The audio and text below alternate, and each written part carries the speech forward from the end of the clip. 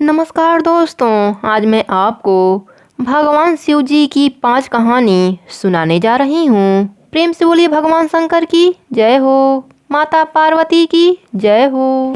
प्राचीन काल में किरात नगर में देवराज नामक एक ब्राह्मण रहता था। वह आचरणहीन, अज्ञानी, मूर्ख व निर्धन था और मांस बेचने जैसा दूषित काम करता था। इस प्रकार का कार्य करते हुए उसने काफी पैसा अर्जित कर लिया। उसे संध्या पूजा आदि कर्मों से कोई सरोकार न था। एक बार तालाब में स्नान करते समय उसने किसी वेश्या को देखा और उसे दिल दे बैठा। अब वेश्यागामी होने पर वह अनेक अधर्मिक कर्मों में लिप्त हो गया। उसका कर्म ठगी, चोरी आदि भी हो गया। यहाँ तक कि वह अपने प्रेमी जनों के साथ भी दुष्कर्म करने से न हिचकता और धन प्राप्त को वेश्या को दे डालता। उस वेश्या के कहने पर उसने अपने माता पिता को भी मार डाला और घर की सारी संपदा वेश्या पर लुटा दी। सब कुछ लेने पर वेश्या ने उसकी उपेक्षा करनी शुरू कर दी और एक दिन उसे अपने यहाँ से भगा दिया। धनाभाव में चारों तरफ से निराश हुआ ब्राह्मण एक शिव मंदिर में जा पहुंचा। मन से अस्वस्थ तो था ही, ऊपर से तेज ज्वर से पीड़ित था। उस शिव मंदिर पर नित्य समय अनुसार शिव पुराण की कथा होती थी। रुग्ण होने के कारण कहीं चलने फिरने में असमर्थ उस ब्राह्मण के कानों में भी शिव पुराण कथा के शब्द पहुंच जाते। इस प्रकार वह 1 माह तक ज्वरग्रस्त उसी मंदिर पर रहते हुए शिव पुराण सुनता रहा और ज्वर के कारण वहीं उसका प्राण निकल गया। यमराज के दूत उसे लेने आए और 5 में बात कर उसे यमपुरी ले गए। भगवान शिव के पार्षद भी यमपुरी पहुँचे। देवराज को शिवलोक ले जाने के लिए भगवान शिव के पार्षद हाथ में त्रिशूल लिए, अंग में शमशान की भस्म लपेटे, गले में रुद्राक्ष की माला धारण किए हुए एवं कपूर की भांति उज्जवल थे। शिव पार्षदों एवं यमदूतों में देवराज को लेकर विवाद हो गया। कोलाहल सुनकर धर्मराज जी स्वयं आए। शिव पार्षदों को देखकर उनकी पूजा अर्चना किए। आत्मज्ञान द्वारा सब कुछ जान लेने के बाद धर्मराज जी ने शिव जी को मन ही मन पूजा की। वह क्षमा प्रार्थना करते हुए देवराज को शिव पार्षदों को सौंप दिया और वे उसे लेकर कैलाश पर आए। हे सैनक, शिव परम कल्याणकारी, दयालु एवं मंगल प्रदाता हैं और देवराज जैसे अत्याचारी, पापी, अधर्मी के मात्र कथा श्रवण करने से ही प्रसन्न होकर महादेव जी उसे शिवलोक प्रदान किया। कहने का तात्पर्य यह है कि शिव पुराण की कथा सुनना अत्यंत लाभप्रद है। सनक जी ने कहा, हे महाभाग सूत जी, आप सर्वज्ञ हैं। महामते, आपके कृपा प्रसाद से मैं कृतज्ञ हुआ। इस कथा को सुनकर हमारा हृदय आनंदित हो गया है। अतः शिव महिमा के ओत प्रोत कोई दूसरी कथा सुनने का कष्ट करें।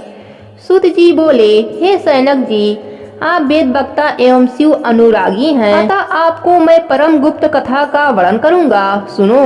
बहुत पुराने समय की बात है। समुद्र तट पर वास्कल नामक एक ग्राम था। वहाँ वेद विमुखी महापापी ब्राह्मण रहते थे जो बहुत दुष्ट प्रकृति के थे। वहाँ के पुरुष अधर्मी, दुराचारी व स्त्रियां व्यभिचारिणी थी। उस गांव में बिंदुंग नामक एक ब्राह्मण रहता था। वह अपनी सुंदर पत्नी के होते हुए भी वेश्या में अनुरक्त था। उसकी पत्नी का नाम चंचुला था। वह सदा धार्मिक विचारों वाली व भगवान की भजन में लगी रहती थी। बिंदु को वेश्या के साथ कुकर्म में लगे कई वर्ष व्यतीत हो गए। वह पूर्णतया चंचुला से विरक्त हो गया था। फिर भी चंचुला अनेक कष्ट सहन करती हुई एवं काम से पीड़ित होने पर भी स्वधर्म से विमुख नहीं हुई। परंतु पति के व्यभिचारिणी एवं पत्नी से विमुख होने के कारण पत्नी चंचुला का भी व्रत टूट गया और वह भी पति के मार्ग का अनुसरण करने लगी तथा अन्य लोगों के साथ रति सुख भोगने लगी। जब बिंदु को यह पता चला तो वह पत्नी पर बहुत नाराज हुआ। इसके उत्तर में चंचुला ने कहा, जब आप मुझ जैसे सुंदर पत्नी को छोड़ वेश्या के प्रेम पाप में बंध सकते हैं तो मैं कब तक आपकी वासना को रोक सकती हूँ? मैं कितने समय तक काम पीड़ा को दबा सकती हूँ? यह उत्तर पाकर बिंदुक चुप रह गया। इस तरह दुराचार में डूबे हुए इन विमूढ़ पति पत्नी का बहुत समय व्यतीत हो गया। कुछ समय उपरांत एवं वेश्या भक्त अधर्मी ब्राह्मण समय अनुसार मृत्यु को प्राप्त हुआ और नरक का भागी बना। बहुत दिनों तक नरक यातना सहकर वह अंत में विंध्य पर्वत पर भयंकर पिशाच बना। उधर वह मूढ़ता चंचुला अपने पुत्रों के साथ घर पर रही। संयोगवश किसी पुण्य पर्व के अवसर पर अपने स्वजनों के साथ एक बार वह गोकर्ण तीर्थ पर गई एवं तीर्थ यात्रियों के साथ उसने वहां स्नान ध्यान किया एवं मेला देखने की लालसा से यहाँ वहाँ घूमने लगी। घूमते घूमते अकस्मात किसी मंदिर के सामने जा पहुंची, जहाँ किसी वैदिक ब्राह्मण द्वारा शिव कथा सुनाई जा रही थी। जब उसने नाना प्रकार के दुष्कर्म करने वालों एवं व्यभिचार करने वालों के परिणाम को सुना तो वह भय से व्याकुल होकर कांपते हुए उस ब्राह्मण के चरणों में जा गिरी और बोली, हे ब्राह्मण, मैं अपने धर्म को नहीं जानती, इसलिए मुझसे बहुत दुराचार हुआ है। आप मुझ पर कृपा कर मेरा उद्धार कीजिए। हे सैनक जी, इस प्रकार चंचुला की आर्तवाणी सुनकर वे ब्राह्मण द्रवित हो गए और कृपा पूर्वक चंचुला को उठाया और बोले, हे स्त्री, शिव की कृपा है कि उन्हीं के पावन कथा सुनकर तुम्हें समय पर चेत हो गया। तुम डरो मत, भगवान शिव की शरण में जाओ, वही तुम्हारा कल्याण करेंगे। हे स्त्री, पश्चाताप ही पाप करने वाले पापियों के लिए सबसे बड़ा प्रायश्चित है। तुम्हें अपने पाप कर्मों का बोध हो गया है, यह भगवान शिव की ही कृपा है। इसलिए हे ब्राह्मण पत्नी, तुम विषयों से अपने मन को निकालकर मुझ द्वारा कही शिव कथा का श्रवण करो। इस प्रकार उस नारी ने गोकर्ण नामक परम पावन क्षेत्र में रहकर उन ब्राह्मण की सेवा में तत्पर उन ब्राह्मण द्वारा वर्णित शिव कथा रूपी अमृत का पान किया। भगवान शिव की कृपा से उत्तम बुद्धि पाकर शिव के सच्चिदानंदमय स्वरूप का चिंतन करने लगी। इस प्रकार शिव आराधना में मग्न चंचुला ने समय अनुसार बिना कष्ट के शरीर का त्याग किया। तत्पश्चात शिव लोक से आए दिव्य विमान पर आरूढ़ हो वह शिव धाम को गई। वहां दिव्य रूप धारणी दिव्यांगना हो गई। वहां पहुंचकर कपूर के सदिश परम उज्जवल एवं गौरवर्ण भगवान शंकर व पार्वती के दर्शन कर वह धन्य हो गई और विनती भाव से शिव व पार्वती के समक्ष खड़ी हो गई। उसके नेत्रों से अविरल प्रेम अश्रु की धारा बहने लगी। भगवती पार्वती ने स्नेह से उसे अपने पास बुलाया और उसे अपना सखी बना लिया।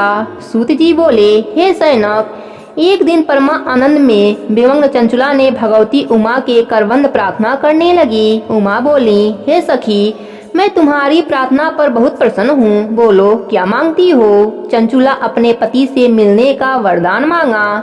तब माँ भगवती ने दिव्य नेत्रों द्वारा सब जानकर चंचुला को परामर्श दिया कि किसी प्रकार पिशाच योनि में पड़े बिंदु को शिव पुराण की कथा सुननी चाहिए। भगवान शिव जी की कृपा के उपरांत ही वह पिशाच योनि से मुक्त हो सकता है। माता उमा ने चंचुला पर प्रसन्न होकर गंधर्वराज तंबुक को बुलाकर कहा, हे तंबुक, तुम शिव के परम प्रिय भक्त हो, तुम पर शिव जी की पावन कृपा है। तुम मेरी सखी चंचुला के साथ विंध्य पर्वत पर जाओ और उस पर्वत पर स्थिर भयंकर पिशाच को परम पुण्यमयी तथा समस्त पापों का नाश करने वाली कथा सुनाओ, जिससे वह पिशाच योनि से मुक्त हो सके। शिव पुराण की कथा का श्रवण सबसे उत्कृष्ट पुण्य कर्म है। इस कथा के श्रवण से उस पिशाच का हृदय समस्त पाप कर्मों से मुक्त हो जाएगा और वह पिशाच योनि का त्याग कर देगा।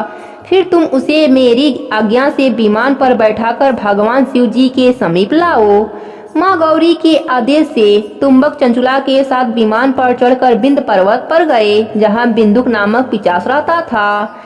जैसे ही देवलोक से पता चला कि बिंदुक नामक पिशाच के उद्धार हेतु माँ उमा के आदेश से तुम्बक विंध्य पर्वत पर जाकर शिव पुराण कथा का पारायण कर रहे हैं, वहाँ देवलोक से शिव पुराण सुनने बहुत लोग पधारे। फिर तुम्बक ने उस पिशाच को पास में बांधकर आसन पर बैठाया और हाथ में बीड़ा लेकर उसे गौरीपति का गुणगान सुनाने लगा। विंध्येश्वर संहिता से शुरू होकर 7वीं आयु संहिता तक का महात्म सहित शिव पुराण का प्रवचन किया। उस परम मंगलकारी कथा को सुनकर उस पिशाच ने अपना भयंकर शरीर त्याग दिया। उसका शरीर दिव्य हो गया। इस प्रकार दिव्य देहधारी होकर बिंदुक अपनी प्राण बल्लभा चंचुला के साथ शिवलोक को प्रस्थान किया। वह महेश्वरी के सुंदर एवं मनोहर गुणों का गान करता हुआ तुरुंक व चंचुला के साथ शिवलोक पहुंचा। वहां माँ गौरी व भगवान शंकर ने उसका स्वागत किया और उसे अपना पार्षद बना लिया। वे दोनों दंपति भगवान शिव की कृपा से परम सुखी हो गए। सूत जी ने कहा, हे व्यास शिष्य, आप महान हैं एवं शिव भक्तों में सर्वश्रेष्ठ हैं। आप कृपा करके शिव पुराण के श्रवण की विधि एवं सुनते समय किस प्रकार का आचरण नियम किया जाता है उसके विषय में बताएं, जिससे श्रोताओं को उत्तम फल की प्राप्ति हो। तब सूत जी ने कहा, हे सैनक, अब मैं तुम्हें संपूर्ण फल प्राप्ति के लिए शिव पुराण के श्रवण की विधि सुनाता हूँ। ध्यान से सुनो। सर्वप्रथम किसी योग्य ज्योतिष को बुलाकर उसे मान सम्मान व दान से संतुष्ट कर बिना किसी व्यवधान के कथा समाप्त होने के उद्देश्य से शुभ मुहूर्त निकलवाना चाहिए और दूर देश में रहने वाले अपने स्वजनों, इष्ट मित्रों व सगे संबंधियों को उक्त मुहूर्त पर कथा श्रवण के लिए आमंत्रित करना चाहिए। जब आपके स्वजन कथा श्रवण लाभ के लिए पधारें तो उनका यथोचित स्वागत सत्कार करना चाहिए एवं श्रद्धा सहित उन्हें उचित आसन प्रदान करना चाहिए। कितने ही स्त्री शूद्र आदि भगवान शंकर की कथा आराधना से वंचित रहते हैं, उन्हें भी कथा श्रवण के लिए बुलाना चाहिए।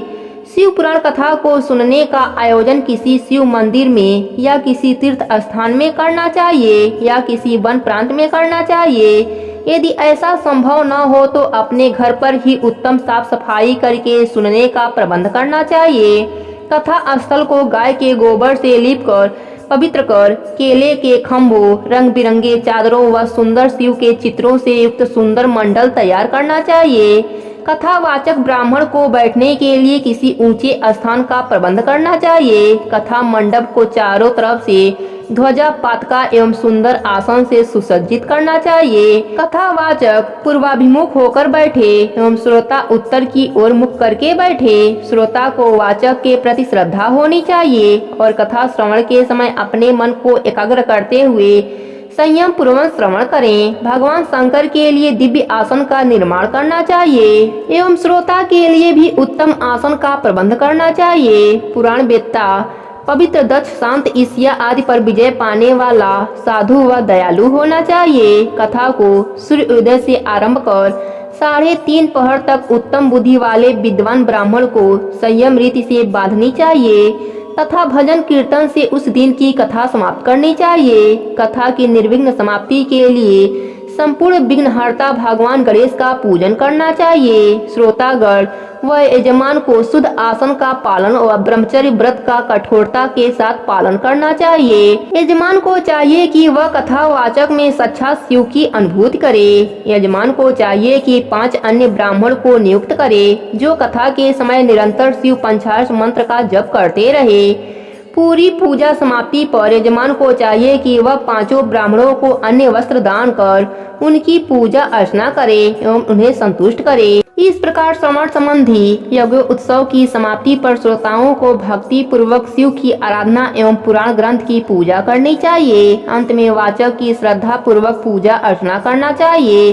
वहां आए ब्राह्मणों को अन्य धन आदि का दान करना चाहिए। इस प्रकार जो शिव पुराण कथा का श्रवण करते हैं वे निश्चय ही संसार सागर से पार हो जाते हैं। प्रेम से बोलिए भगवान शिव जी की जय हो, माता पार्वती की जय हो, शिव पुराण की जय हो।